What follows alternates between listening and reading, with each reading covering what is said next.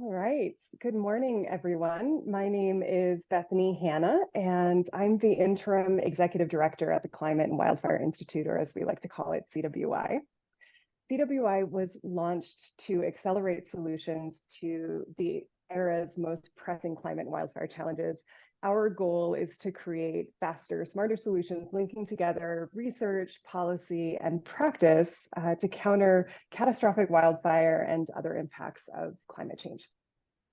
So we would not be at the stage we are today without the support of our partners across private, public, tribal, and academic sectors.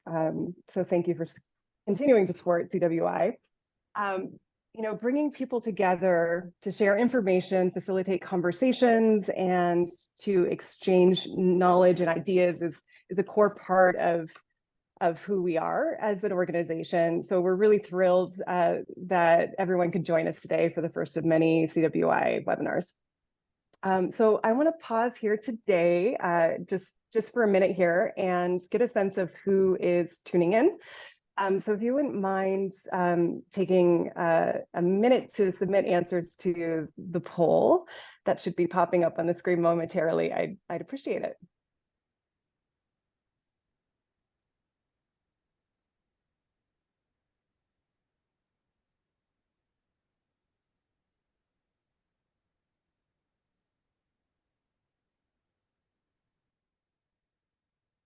We've got more people filtering in over time.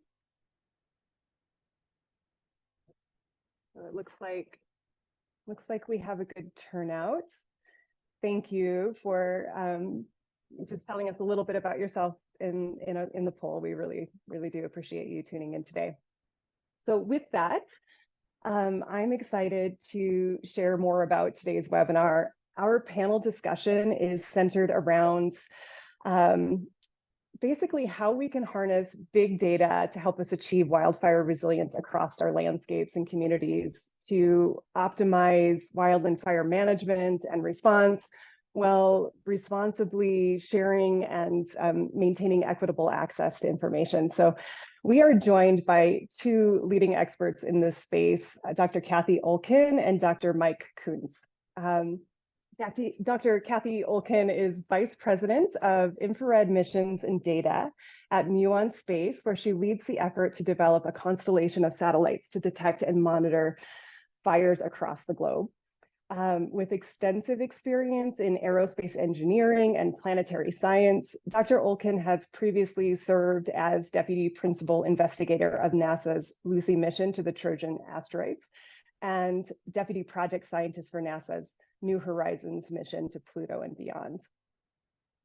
Dr. Mike Koontz leads the development of plant ecology and climate change science at Vibrant Planets. He combines firm grounding in ecological theory, cutting-edge geospatial data analytics, and a collaborative open science ethos to understand how disturbance and demography operate across scales to shape ecosystem resilience in a changing climate.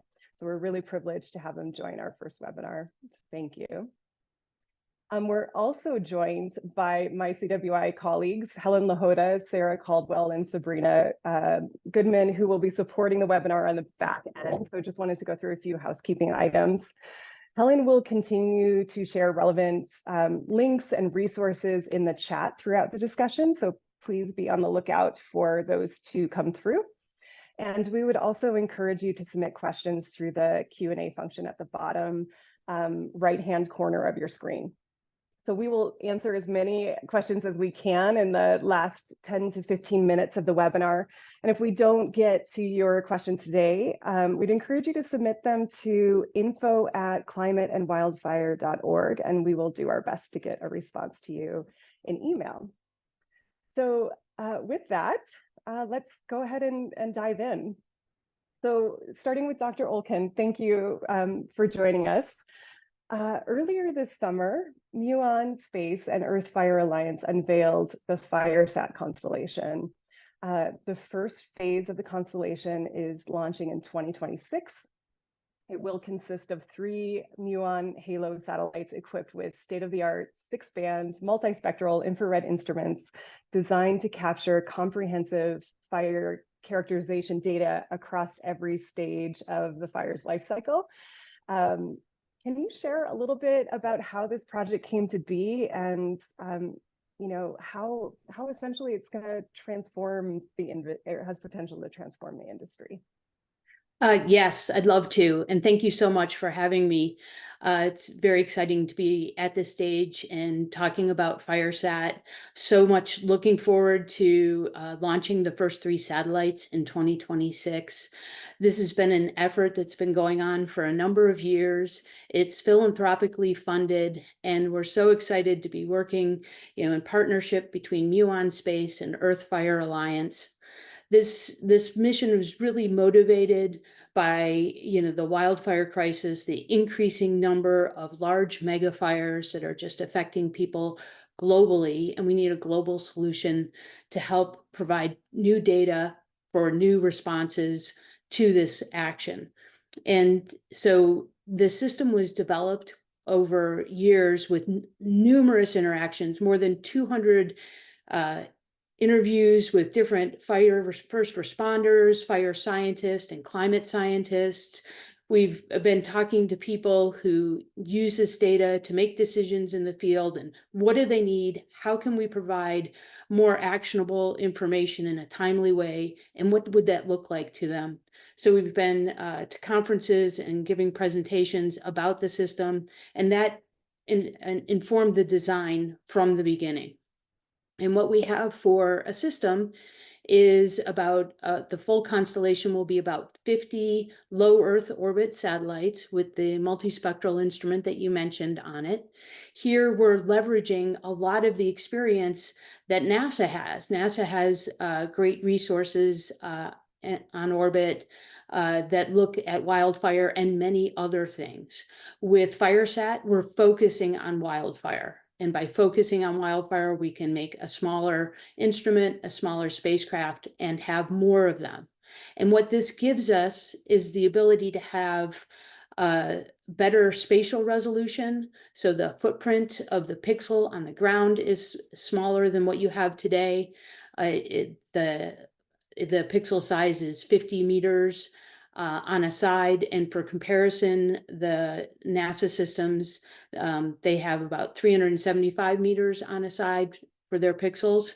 So you get better spatial resolution and also better temporal coverage with the 50 satellites in the full constellation, providing revisits every 20 minutes or better across the globe. And that's really what we're looking at, to be able to transform data to the first responders so they have high quality data, low friction to absorb that into their systems to be able to make decisions. That is very, very exciting. Yeah, that level of detail could truly transform that decision making. What are you most excited about with this project? There's so many things, because I think it's going to have a great impact many different ways. We can detect fires as small as 5 meters on a side, so that early detection is going to be really interesting. But I'm also very excited about having much more frequent data to be able to give to people in the field so they understand their situational awareness relative to where the fire perimeter is, and much more frequent updates of information. And then, so I can't just say one thing, but the other thing I'll say is that I'm really excited about the global reach of this system and being able to really have a global view of this problem, which is affecting all continents, all land masses. Well, not Antarctica, thank God. But yes, so it's, I think the impacts are going to be very exciting, and I'm looking forward to it. Yeah, that's really, really great. Thank you. Dr. Koontz, Vibrant Planet is responsible for Land Tender, an interactive cloud-based visualization, planning, and monitoring tool built to support shared stewardship of public and private lands at any scale. Can you share more about your team's approach to identifying and building tools to meet the needs of the folks on the ground? And just extending that a little bit further, how do climate change considerations factor into modeling or monitoring specifically of beneficial fire on the ground? Yeah, so and again, thank you so much for having me, and yeah, it's just great to be here as part of this webinar. But yeah, you just said it. So Land Tender is this collaborative decision support tool, essentially, right? It lets land managers decide what kind of management action to put in what places to get the most sort of return on their investment, the biggest opportunity for promoting resilience for ecosystems and for the communities in fire-prone areas. And there's a few different ways that we make that useful to folks on the ground. One of which is that we interact with those folks a lot, right? And so we've got it's a tool that's built by engineers, but it's informed by science, and all of those scientists are sort of in this land management ecology kind of space. And so we've got our pulse on what those needs might be, and then there's a lot more interaction with those specific land managers. It's a tool that gets more sophisticated by the second, and more often than not, that comes because of direct communication with some of those land managers that are using it, and then have different needs, and want to see how they might be able to implement something like that in that system. Yeah, and I guess two other things I'd highlight there is that the tool is also very customizable, right? And so the best source of local context-specific information is going to come directly from those folks on the ground. And so the tool is purpose-built to allow for some of that information to be encoded and embedded into the tool itself. If somebody has a particular forest type or a particular threatened endangered species or something like that they care about, and they want to sort of see what the risk might be to that particular critter, they can sort of encode that. That becomes a process of bringing that information that they have, that they've spent years and years, decades or decades of collecting that on the ground information, and sort of gets incorporated into that system. And then the other thing I'd highlight is that it's also purpose built as a collaborative tool, right? Like it's not up to me to say what a particular land manager should care about or not.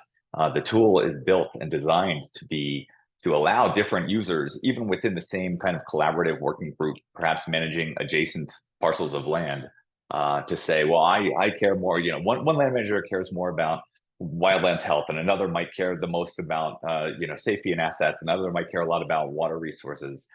They can sort of dial in how that weighting happens, and then sort of come up with a quantitative collaborative decision about where to identify those resilience opportunities. So yeah, it's purpose built to be collaborative and customizable. So a lot of that power goes into the hands of the land managers that are actually using the tool. They can tweak it to make the best decisions for their particular spot.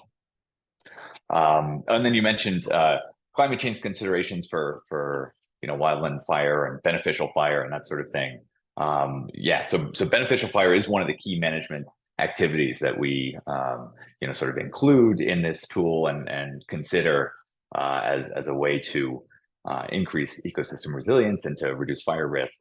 And so one way that we use climate change is to all of our prioritization happens with this sort of projection of what we think the fuel scape, we call them fuel scapes, right? Like what the fuel is going to be, and then what the fire intensity might be in the future. And so, we are using some of those climate change informed projections to say, here's how you might reduce the intensity of that fire by putting in beneficial fire in a particular place. So we are quantifying essentially that benefit of beneficial fire by saying, in the future, this is what would happen if you were to have that fire. That good fire happened before the mega fire happens after that. So we can kind of quantify that avoided loss and that ecosystem benefit of fire.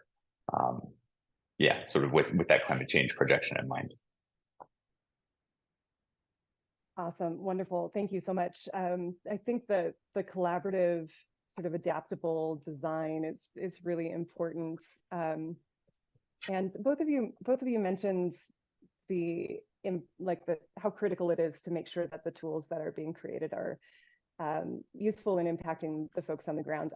I came from an operational background. I started my career as a wildland firefighter, and many of the people that I care about most in this world are still on the fire line. So I really appreciate that sort of motivation and centering of the work that you're doing on getting good information, good data into the hands of the folks on the ground. Yeah, so thank you for highlighting that.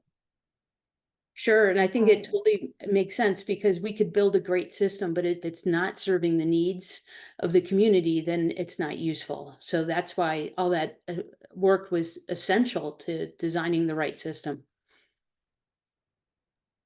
Yeah, that's wonderful, and it makes me happy just as an individual that these tools, this innovative approach to finding solutions to this huge challenge is, it's always connected back to the impact on human and other communities as well, plants and animal communities. But that's a core kind of driver and a lot of the work that all of us are doing.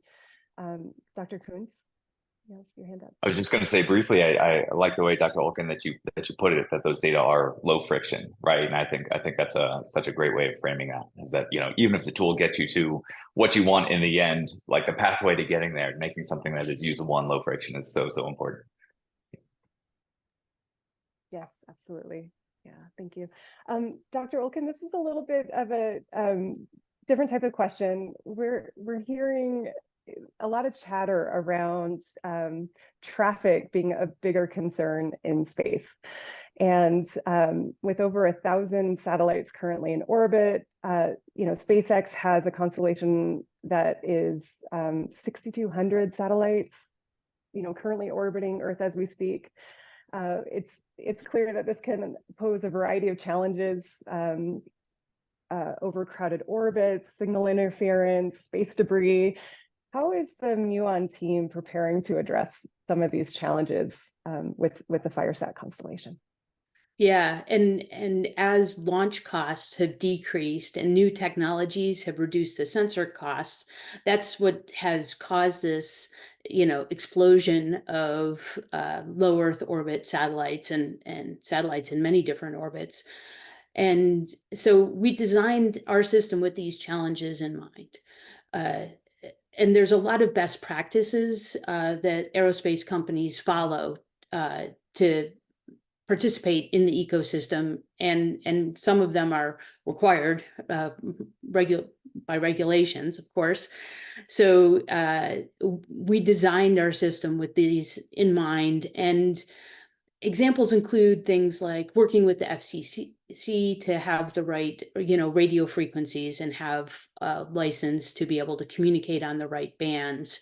We also have systems in place to be able to do collision avoidance maneuvers. So there's systems in place to let people know when there's potentially a collision between two satellites. And so we have the ability to maneuver and get out of the way and not cause that collision, because it's really those collisions. And when you get what used to be one large satellite being a lot of smaller pieces, that the debris problem becomes so much worse. And so we also have propulsion system plans for how to deorbit our satellites at the end of their life. There's demisability requirements. So that just basically means how much of the spacecraft has to burn up as it's re-entering into orbit. So we design with all of these elements in place so that we can be good members of the community. Additionally, when we launch our satellites or when we would do maneuvers, we make sure to update our spacecraft telemetry in a system called SpaceTrack. And this is a group that shares situational awareness information broadly so people can know where other vehicles are. So all of those are ways that we're working to be, good members of the community. That's really fascinating. I think it's, just as a member of the public and hearing about something that is really abstract to us, understanding that there are mechanisms in place and that the best practices lead to being good community members in the space ecosystem. It's just, I think it's really fascinating, really important, I think, for us to understand that these challenges are being addressed. Thank you for sharing. Sure. Sharing that. Yeah. All right. I'm going to go back to Dr. Koontz. Percent fire return interval departure, so PFRID data, compares how often wildfires happen versus how often they have happened in the past versus how often they're happening now. So Vibrant Planet is publishing a new PFRID data set that provides a more nuanced view of fire pattern or fire regime changes. Could you elaborate more on the unique benefits of this new data set and how it can better inform land management decisions? Yeah, absolutely. So kind of broadly, this concept of departure characterizes, as you said, the difference between current conditions and some target. We often talk about the historical conditions as the target to compare against. And the motivation here is that these fire-prone systems have evolved with fire, right? So they sort of expect a certain cadence of fire or frequency of fire, and it's the feedbacks between that system and the kind of fire that allows those systems to persist in the long run. So fire that's too infrequent or too frequent compared to what might those systems have evolved with are generally associated with loss of ecosystem function, or even like state change from one ecosystem type, say forest, to a whole different ecosystem type, shrublands or grasslands, something like that. And so we can kind of think of it as a measure of ecosystem degradation. And so we've taken this idea, which has been around for a while, and we've made three main refinements to it. And perhaps the most important is, the first one here is that we've operationalized it across the whole Western US, right? And so now we have a consistent, interoperable data set of this measure of ecosystem degradation, or at least for fire-prone systems, where you can make that comparison across different areas more readily. We've also included a more thorough accounting of the different fires that have burned over the last 75 years or so. So we've sort of incorporated lots of different fire perimeter data sets to really get at this question. And that's mostly the thing that captures that maybe previous iterations of these data haven't, are those smaller events and the prescribed fires, some of those beneficial fire events that really matter, maybe don't matter quite so much in the West-wide total area burned kind of sense, but for particular places and particular land managers that have done the work to get a particular good fire in a spot, that can matter a lot, to sort of say, oh no, we're counting that. That's sort of part of that measure of ecosystem degradation. And this particular area where you have put in good fire is less degraded because we're accounting for that. And then the final refinement here is that we're also including some additional information about how confident we are in that particular departure measurement. And so fire is a stochastic process, and maybe if the expectation is that something burns every 50 years or every 15 years, we're not going to say that it's departed if it misses a fire and burns on the 16th year instead of the 15th. And so being able to measure that again across the entire Western US sort of helps with the refinement and the sort of pairing that with the magnitude of departure and saying, yeah, maybe this is highly departed because the fire return interval was 300 years, and we had a fire recently, that might suggest, without this additional refinement, that, that's way too much fire in that particular spot.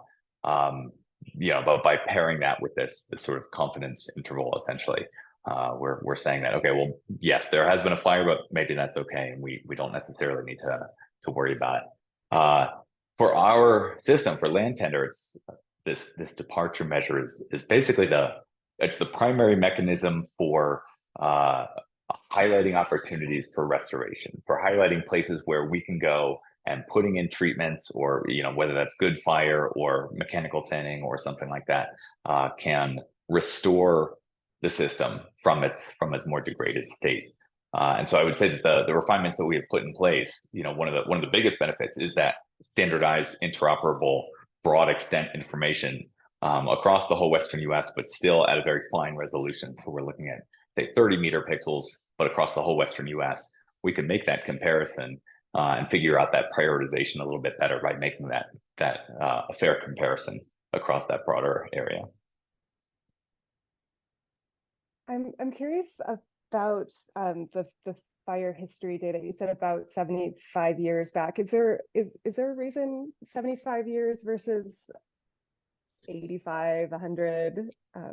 Just curious. Yeah, that's a good question. So that mostly comes down to confidence in the data quality itself. So USGS has done an amazing job of collating a bunch of different resources that sort of track fire perimeters, across the country, and we're more confident in the tracking of those fire perimeters since 1950 and onward, compared to other time periods. So it's actually a little bit better probably in some states compared to others, but we thought that 1950 was like sort of, again, this target for something that is standardized and interoperable across the whole Western US. That gives us that, that's where the value comes from there, is that, the confidence in the data after 1950. Yeah, that's great. Okay, thank you. The context specific data sort of driving the smarter land management decisions it's just going to be so important as we move forward. And we have so many different organizations and entities and agencies working on this issue. I think everyone has a slightly different need or approach, and that context is just critical at every level of within the space. Okay. Thank you. Thanks for sharing that. Dr. Olkin, back to you.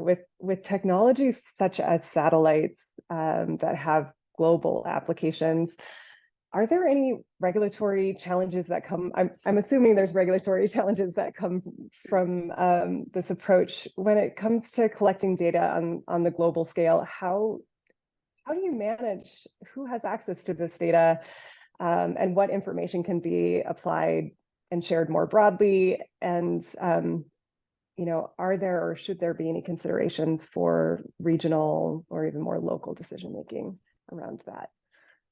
Definitely some interesting questions there.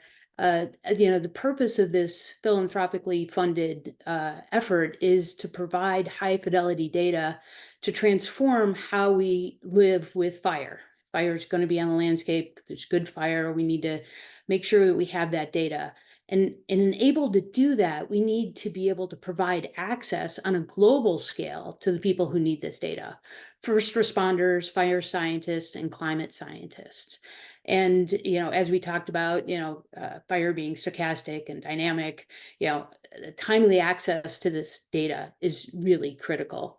So providing first responders like a raw data product such as, radiances from the ground is not helpful. Back to what we were talking about before about low friction, right? So making sure that we're providing data like fire perimeters that are helpful, as opposed to here's a map of brightness temperatures, which, be very difficult to interpret.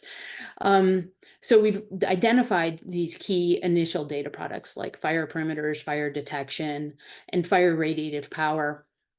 And one of the key things about fire radiative power is trying to make sure that we're providing information about that intensity of the fire so that land managers can make the best decisions for their land. So getting back to what Dr. Koontz was talking about beneficial fire on the landscape, maybe there, we will see prescribed burns, right? And we'll be able to help provide data of small fires to Vibrant Planet, data about how these how big fires are, and fire scientists and first responders will have this information, but how do we get to them? Well, this is where the idea of radical collaboration comes together. So Earth Fire Alliance is one of its main goals and efforts is to have radical collaboration.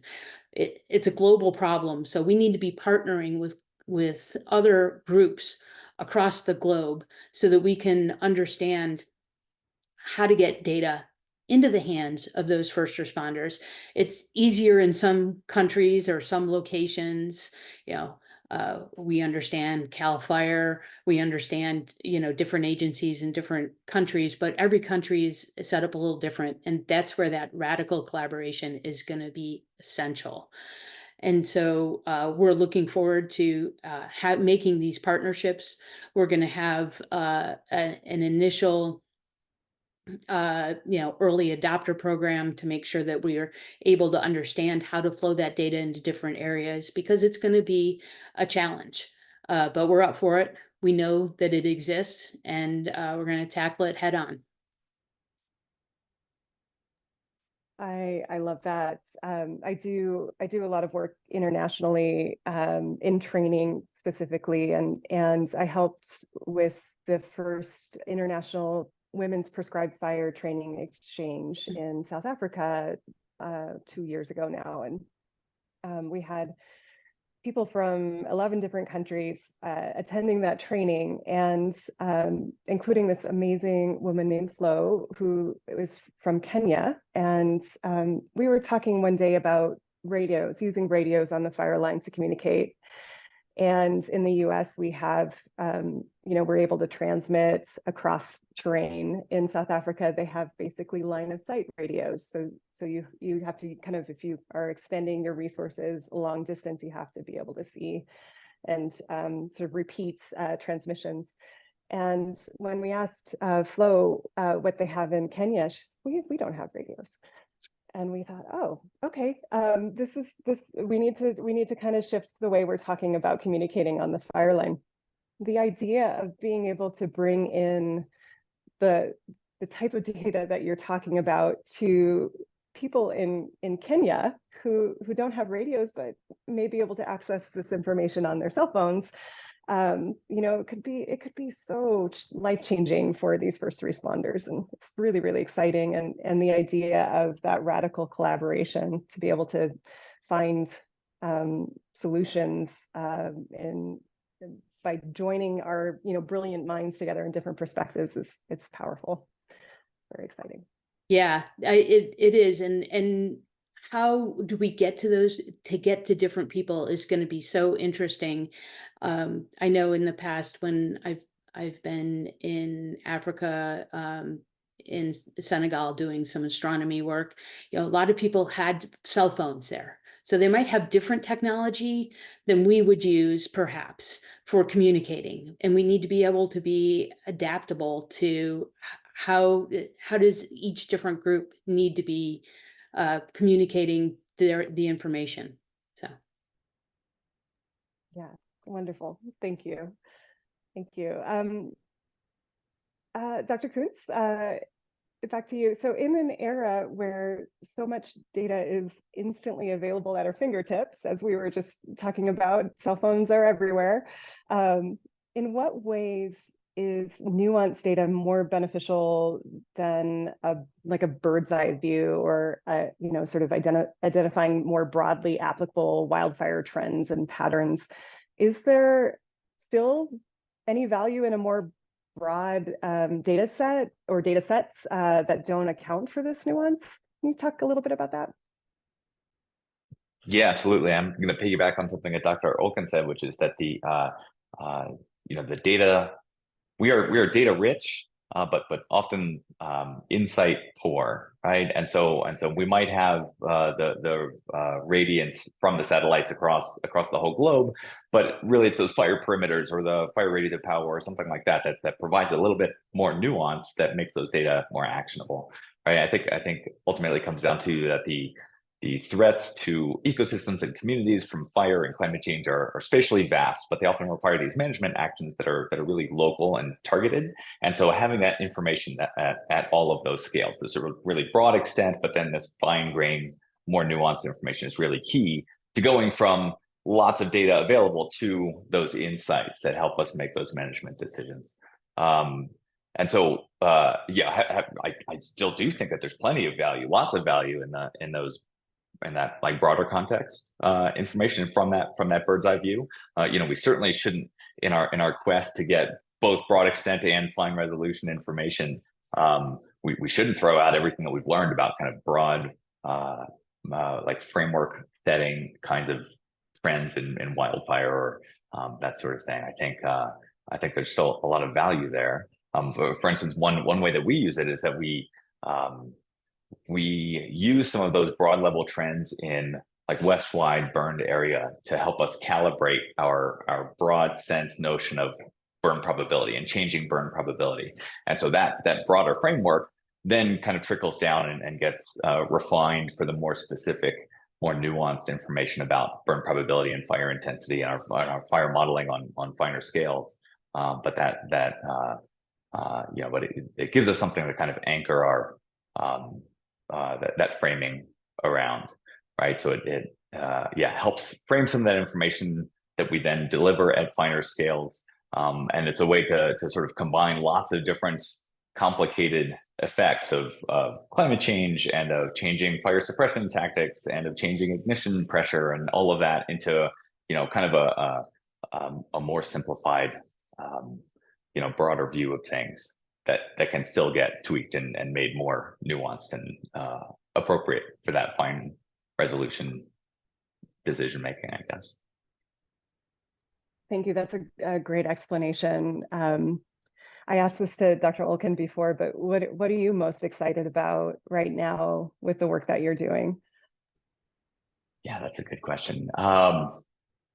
Yeah, so you know, my perspective is coming from being a forest ecologist, and it's exciting that like the science that I'm developing here gets deployed and used across 35 million acres across the Western US, right? Like that feels impactful to me personally, that we have this system that is, you know, takes the science that we're developing and immediately it's like available and in the hands of land managers that really need it.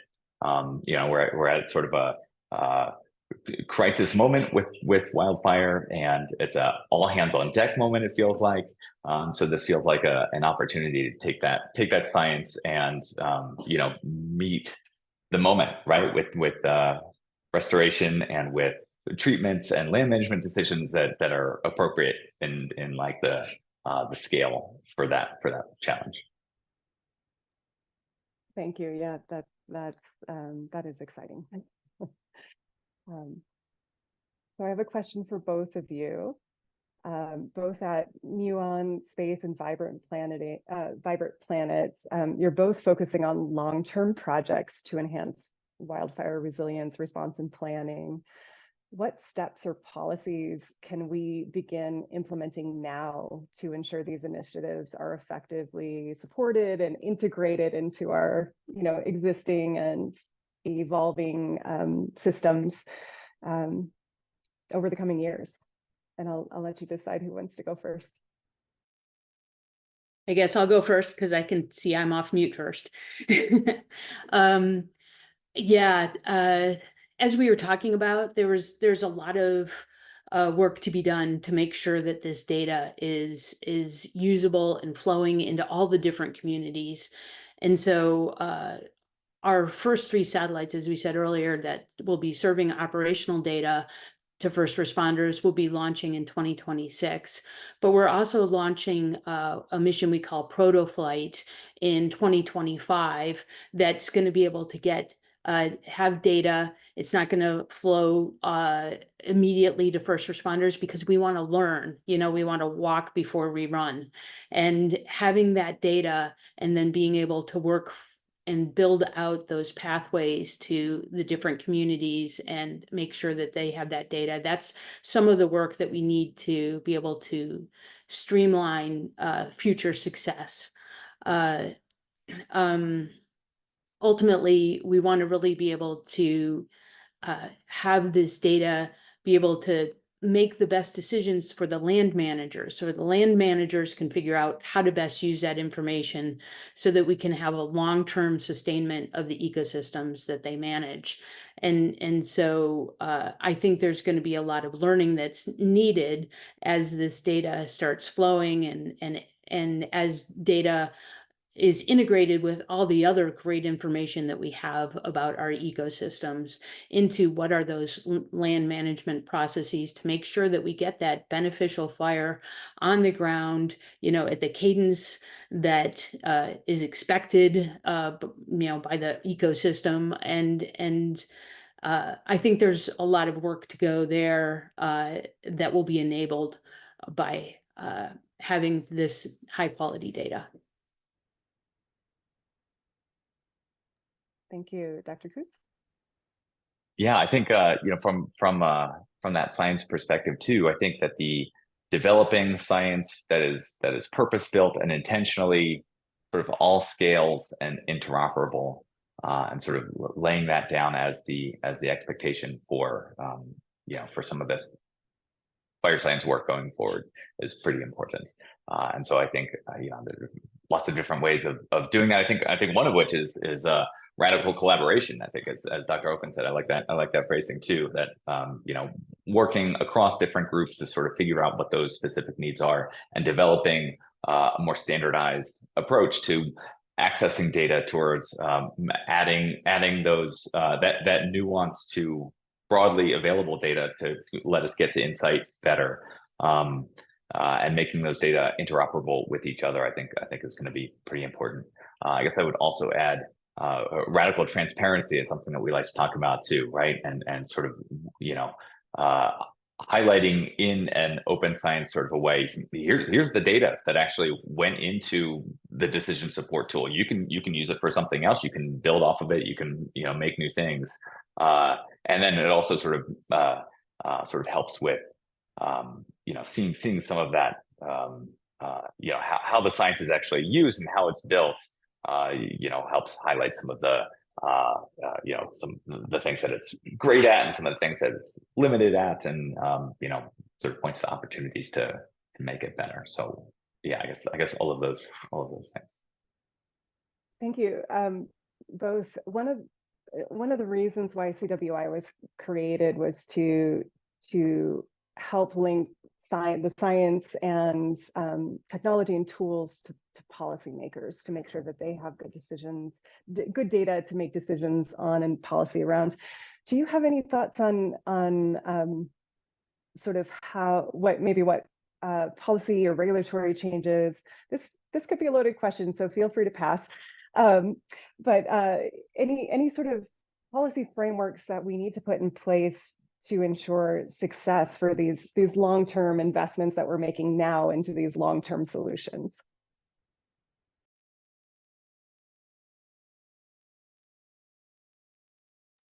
I guess I'll say, the wildfire crisis, as we've said, is global and it affects everybody. And providing this kind of information helps is for the greater good. And it really will take a partnership between private philanthropy and governments to make this work well and be sustainable in the long term.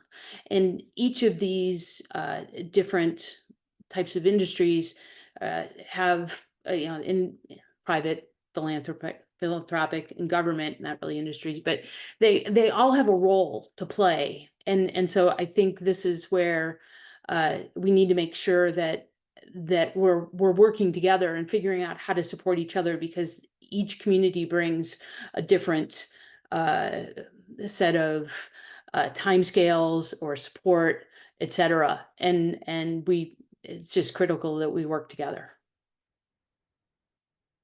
As a scientist, I can't say a whole lot about policy. I mean, it's just not my area of expertise. That's fair.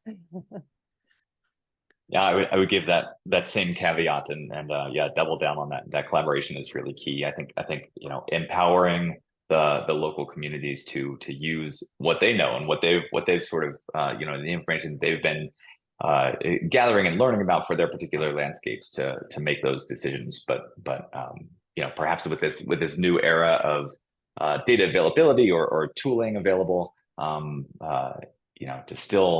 to sort of not forget everything that that has been learned, right, and to be able to make those decisions informed by like I said, empowered by the learning that's already happened on specific landscapes, and just provide the tools to make that transformation happen, that restoration happen, and increasing that resilience happen too.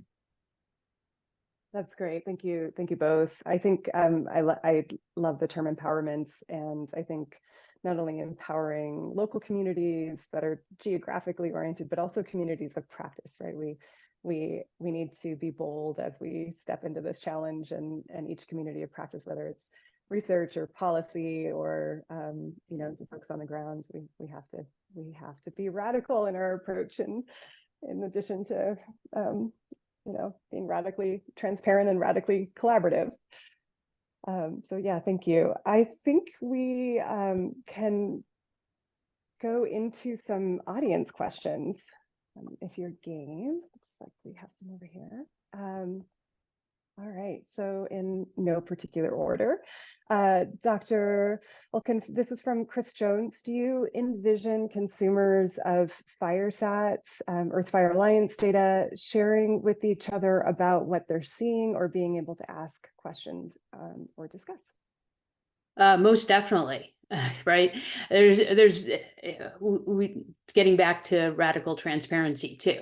You're not going to give data to fire scientists and not expect them to share and communicate, and it's important that they do, because they're going to be looking at the data in one way and first responders look at it in a little bit different way, and it's going to take all of these communities to build trust, and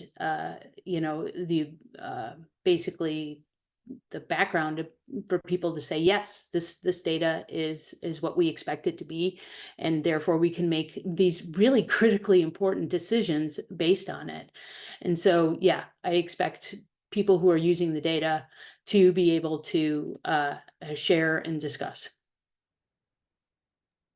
Wonderful. And another question for you. What is the swath of the sensors, and how many hours are needed for a satellite of the first constellation to revisit the same spot? And I know you mentioned 20-minute return intervals. I'm assuming that's for the full constellation. Yeah. Yeah, it's 20 minutes or better for the full constellation.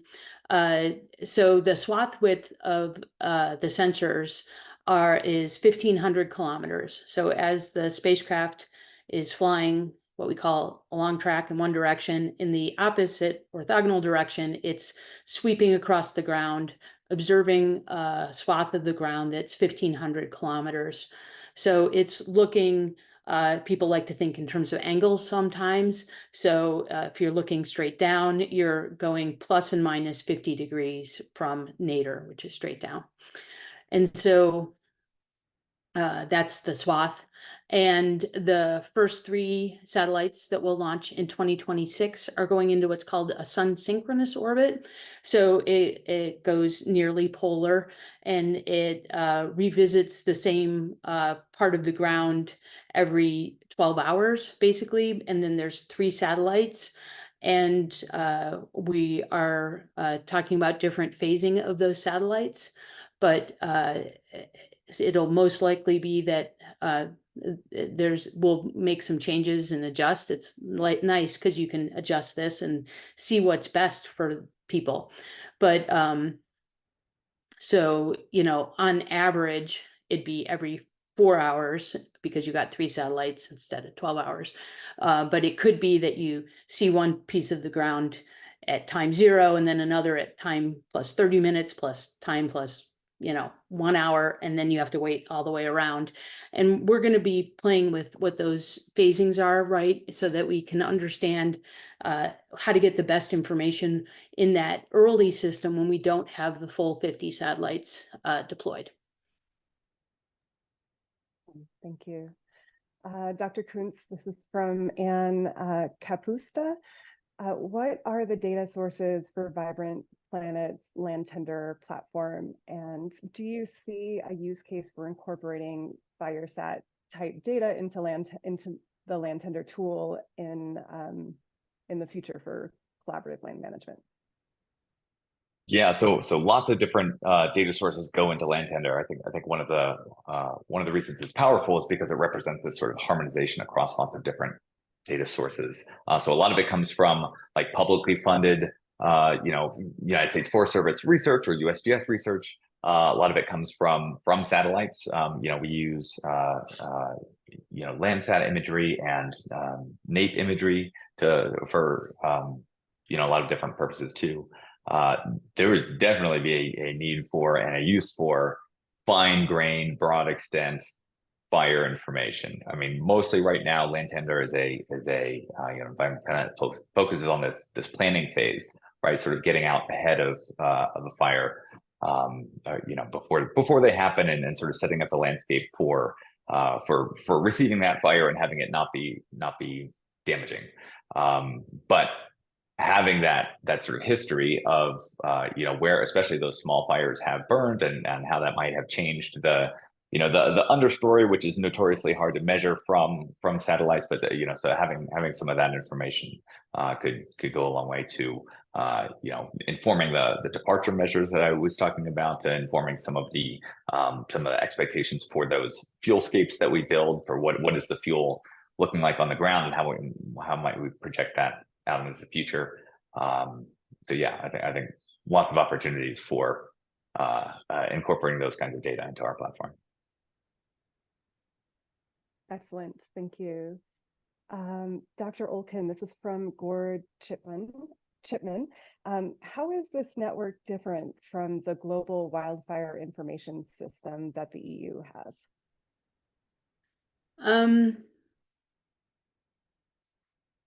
I'm not really sure I know how well to answer that question, right? Because I believe he's talking about an information system on the ground, and we're still just working to build out how we distribute this data. So I think it's a little premature to talk about how it's different. Okay, that's fair. One other question from Chris Jones. So we would love to help with radical collaboration. Our Moore Foundation Wildfire Resilience mission is to provide the platform and support for global collaboration for work like yours. This is specific to Dr. Olkin. How can we connect our Aid Arena to your communities? And Aid Arena, are you familiar with Aid Arena? Yeah, a little bit. Yeah. Yeah. So I'll start by saying the Moore Foundation is doing amazing work in this area across so many different fronts, and they are a partner with Earth Fire Alliance as well, and so part of FireSat. And so I think we should definitely have a conversation about how to connect up potential collaborations. Great. Yes, absolutely. This is for both, again, from Anne. So building off my question around what are you most excited about with this technology and these tools, what future do you hope to see realized, and how does this technology, yours or others, play a part in this?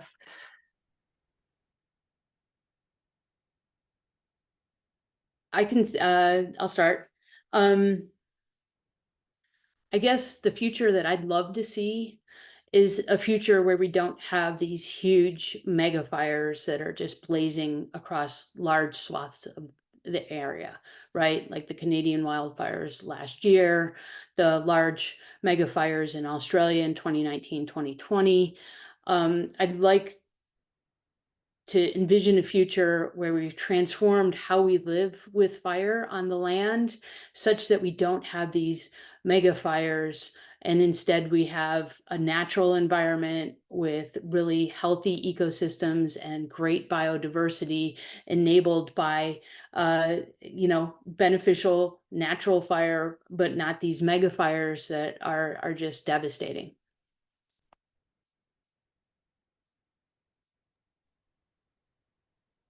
Yeah, I think the future I'd like to see, I think, is democratized access to the kinds of fire risk information across the world that let local communities decide, what it is that they want to do that helps change that risk.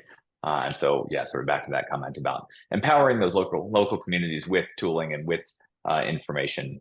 That's the future that I hope to see. Fantastic. We had one more question come in, and then we'll wrap things up. This is to Dr. Olkin. So wanted to quickly revisit the comment about free visit times, and let's see. Did I understand that correctly? That observations are made with an optical sensor. How will cloud cover be masks or affect observations?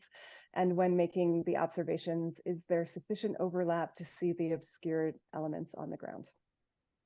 Yeah, so it's a multispectral instrument, and so there's multiple sensors, and it covers from the visible, the red wavelength, out to the long wave infrared, thermal infrared, with multiple channels along the way. And so clouds will obscure the ground to a certain amount, depending on which part of the spectrum you're looking at, how transparent the clouds are. But yes, if you are socked in with clouds, that's going to be much more difficult. That is also where having frequent revisits helps a lot. If you think about, say, the Southwest United States, there's a monsoonal system that builds in there. So you might get clouds in the afternoon, but often it might be clear in the morning, clear in the night. And so having those frequent visits means that, it helps with the fact that there are clouds that do limit the ability to see from space to the ground. I suppose it's clouds and smoke in the case of some of these large fires with large inversion layers. Yeah, and a lot of some smoke you can see through in the shortwave infrared and the midwave infrared and the longwave infrared. So it depends very much on the size of the soot particles, the heat in those particles. But if there's existing data, like I said, from NASA satellites, instruments like MODIS and VIIRS, and if you look at fire scenes across these different bands, often you can see to the ground in the shortwave infrared, midwave, and longwave. When you're looking more at heat, or then in the visible, where you would just have a smoke plume and the ground would be obscured. So that's the power of being able to use the multispectral imaging to look at fire. That's fascinating. Okay, that's great. One more really quick question, and then we will wrap it up. This is to both. Some gratitude for being here today. The question is, what do you say to folks that believe that AI and big data are just hype in the fight against extreme wildfire events? I think that's a great question. I totally understand the motivation behind it. I guess I would say that, coming at the fire crisis from by grounding ourselves in solid ecology and fire science theory and communicating and finding out the needs specifically of the people on the ground that are looking to use these tools is that has to come first, right? And so I think leading with big data and AI is not the right approach. And I think something that Muon Space and Vibrant Planet are both doing is, and I won't speak for you, Dr. Olkin, but it seems like we're sort of coming at this from the needs of folks on the ground first and foremost, and that's if AI and big data can help with that, then that's great. But I think the making sure the priority is the those local needs is what's important. Yeah, and totally agree. And I'll build on that, saying, there's a lot you can do with using regular algorithmic methods. And when we have all this data, there is no doubt in my mind that we will learn more and more as we're able to train models. But we also have to be very careful using these new tools, because we need to make sure that we're getting the outcomes that we expect. And so there has to be a really good way to validate and verify any results of any tool, algorithmic, machine learning, whatever it is, to make sure that we're getting the right answers and the right data and products are going out to people. But I do think there'll be definite advantages of training all of this data to learn about the land, and we'll be able to get insights. But we have to be really careful in how we proceed. You can't just slap it all in a convolutional neural net and hope that the right thing comes out the other side. Thank you. We do have some more questions coming in, but we are out of time. So I would just encourage people that have additional questions to shoot it to us an email at info@climateandwildfire.org, and we'll do our best to get back.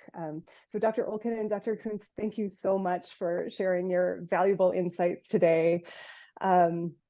I think that, one of the reasons why we wanted to create these webinars is to help us explore these new and evolving boundary spanning solutions and approaches, and to start to think about how our own work can align with these emerging solutions and innovative tools, and both immediately and into the future. And this conversation has certainly helped me to think about that, and I'm guessing it's helped others in the call too. So thank you. Your perspectives have been incredibly enlightening.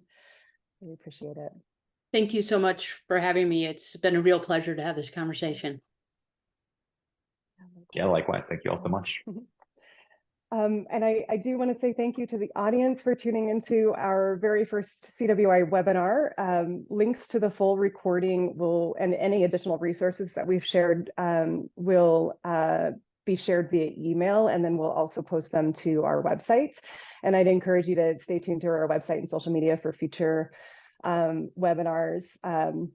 And if you have any ideas or suggestions or feedback on today's sessions or ideas for future programming, please let us know. We're really excited to continue these discussions, and again, bringing people together to share information and have good conversations about how we can accelerate solutions is a core to our organization.